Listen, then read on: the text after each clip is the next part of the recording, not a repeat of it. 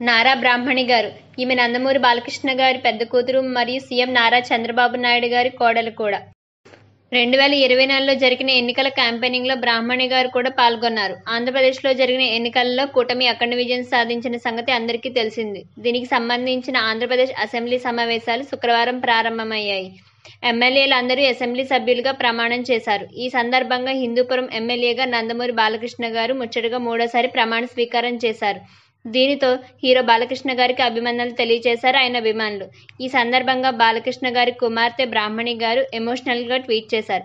బాలకృష్ణ గారు అసెంబ్లీలో ప్రమాణ స్వీకారం చేస్తున్న వీడియోని షేర్ చేస్తూ, బ్రాహ్మణి గారు, నాన్న నువ్వే ప్రజల హీరోవి, కథానాయకుడిగా ప్రజానాయకుడిగా నిరంతరం ప్రజల హృదయాల్లో ఉంటావు, వారిని సంతోషంగా ఉంచడానికి నిరంతరం శ్రమిస్తావు, ఆల్ ద బెస్ట్ నాన్న అంటూ ఎమోషనల్గా రాసుకొచ్చారు. అలాగే మంగళగిరి ఎమ్మెల్యేగా తొలిసారి ప్రమాణం చేస్తున్న తన భర్త నారా లోకేష్ గారికి కూడా శుభాకాంక్షలు తెలిపారు నారా బ్రాహ్మణి గారు.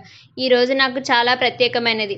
ఈ ఉద్వేగభరిత క్షణాలను మాకు సొంతం చేసిన మంగళగిరి నియోజకవర్గ ప్రజలకు ధన్యవాదాలు అంటూ నారా లోకేష్ గారి ప్రమాణ స్వీకారం చేస్తున్న వీడియోని పోస్ట్ చేశారు.